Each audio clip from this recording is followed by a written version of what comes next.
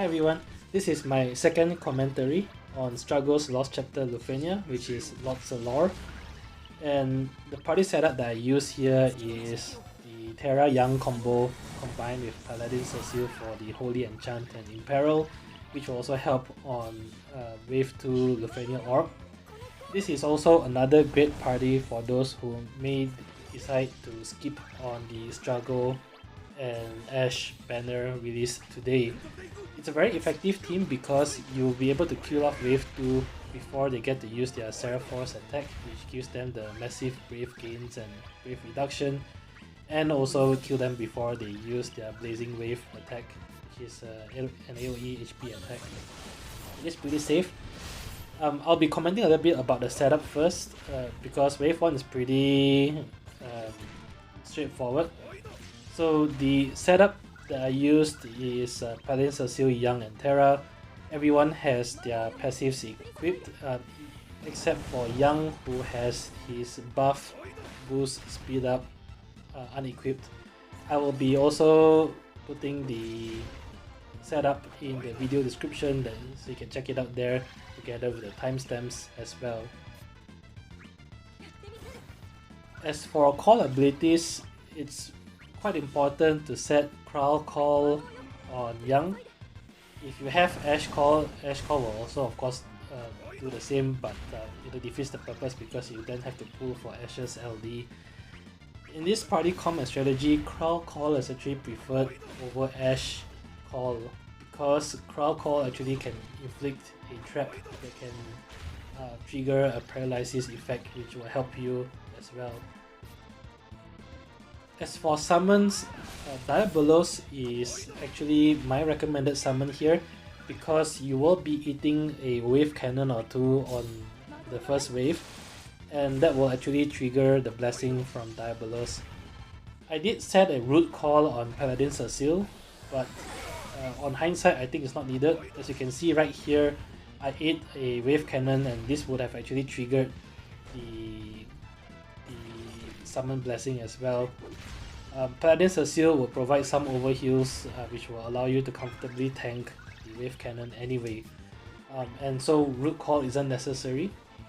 What I would recommend is to use Gabranth call if you have it, so that you can set the 10% HP damage up on both wave 1 and wave 2. And lastly, on Terra I set a Jet call, mainly for his LD debuff that will come in handy on the second wave. As for friend support, doesn't really matter. I used the Bard support, but I didn't even use the friend support the entire fight. It's not even needed. So whichever friend support you want to set is fine. You can consider maybe a Garland friend support or Bard's friend support if you want to swap them in for their BT aura, but Paladin Cecil provides enough to cap out Terra's damage anyway. Very quickly on Wave 1 strategy, Wave 1 like I said is pretty straightforward. You will need to eat the wave cannon, but that's where Paladin Cecil and his overheals come in. Yang with his LD also makes you immune to getting broken, so that will reduce the damage from wave cannon somewhat. I did not use any of Terra's LD on the first wave. I saved all 4 of it on the second wave. The only drawback though is eventually they will debuff everyone with speed down, which will start to get dangerous because the speed down debuff of wave 1 is very potent and it will result in them getting many multi-potents. Luckily at this point they are just about to die anyway, so I managed to kill them off. So in other words, save Krile Call, save Jack Call for wave 2, and save all of Terra's LD for wave 2. Just damage them normally. Don't worry about saving skills with Yang or Paladin Cecil. They will hardly get any turns, if at all, on wave 2.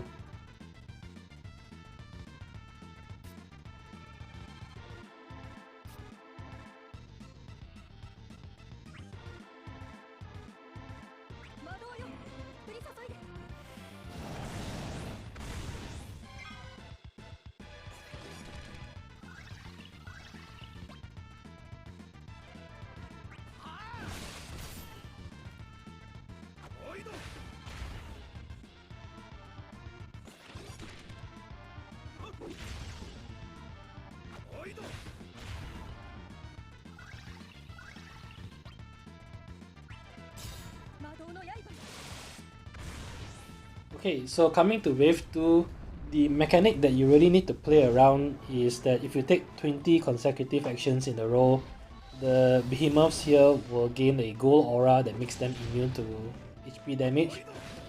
This means that you actually need to space out Terra's LD meteors and actually allow the behemoths to get a couple of turns so that you can reset the 20 turn counter each time.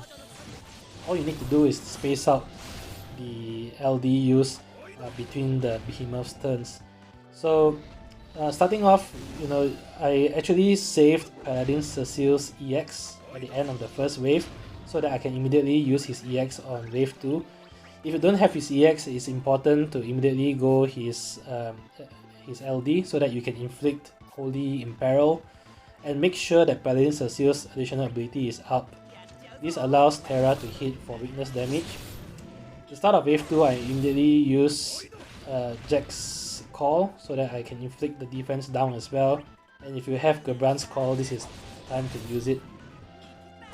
I immediately go off with Terra's Burst here, mainly because unfortunately I'm debuffed with speed down, so you can see the bosses will get many consecutive turns, which I want to avoid. With Terra's Burst mode, the turn order doesn't really matter inside the burst mode. The only thing you should do is save the LD for the final attack. Using LD last will give you a few free meteors right after the burst mode, which is helpful to tick down the speed down debuff that Terra currently has.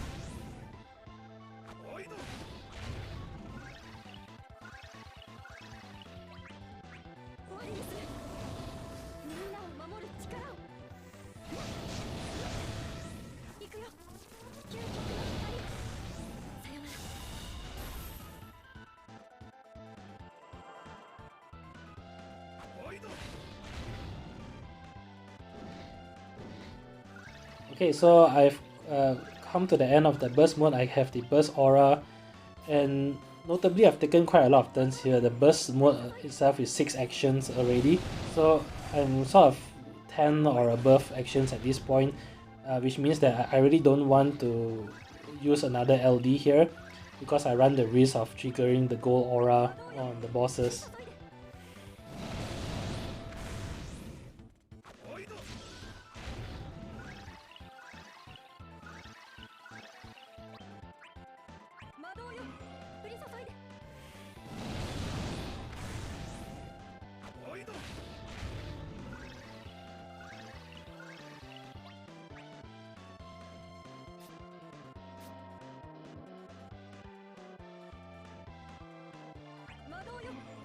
So for that reason, I just allowed to get a turn, and luckily with Terra's speed down gone, she does get a turn in between the bosses. Now right here before the bosses get their next action, this is where I use Krile's LD call. And the key reason for this is so that I can land Krile's trap on both bosses and will be able to paralyze them after their first action.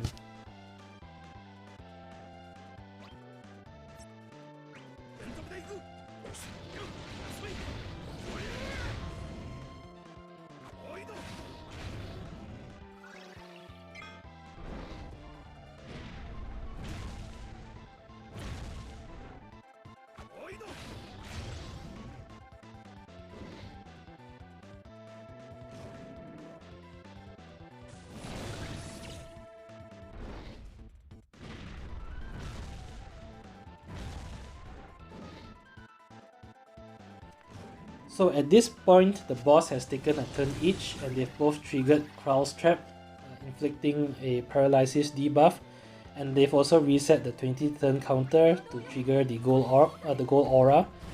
So because of that, I can now safely go into Terra's LD.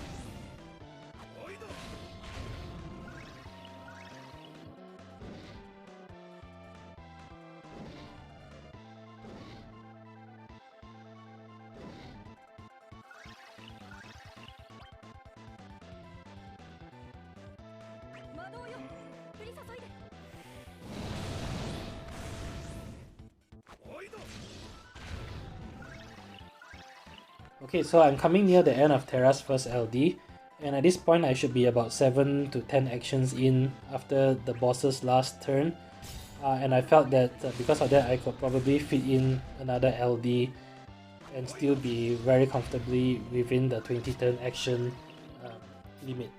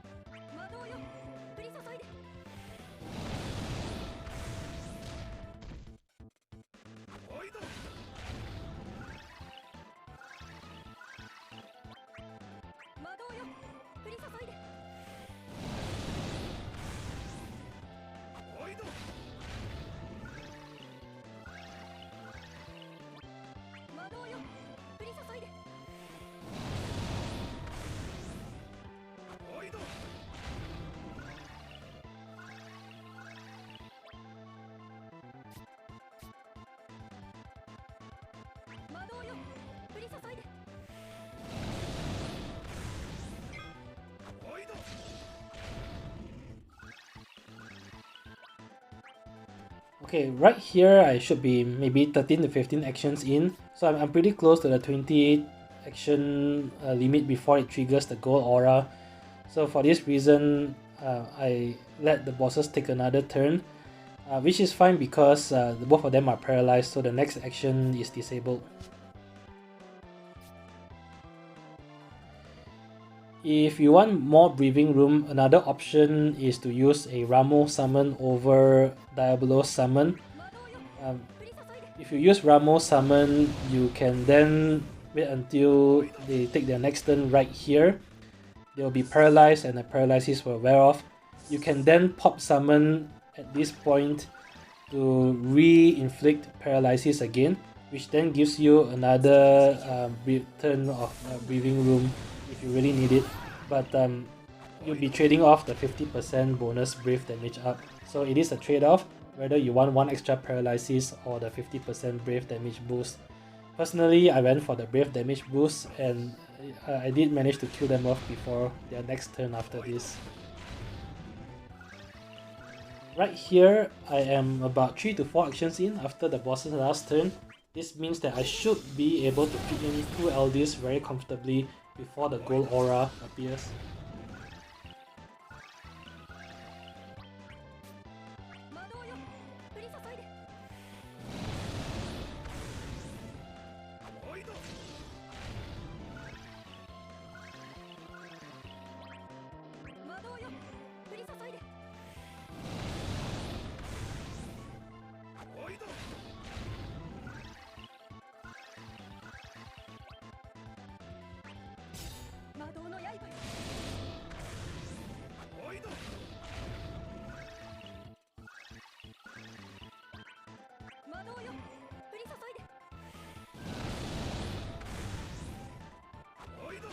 Now on Terra's last LD, I wanted to push back the turns a bit.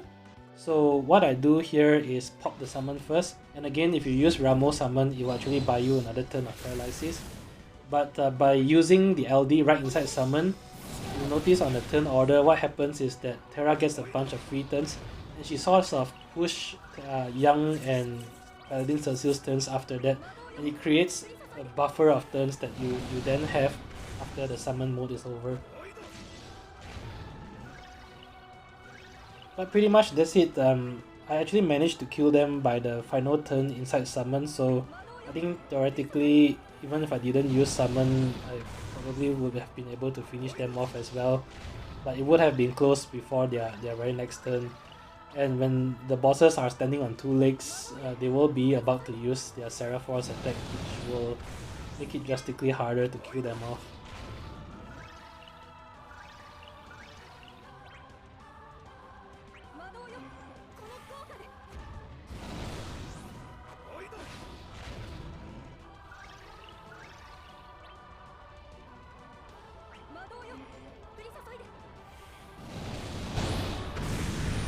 Anyway, that's it.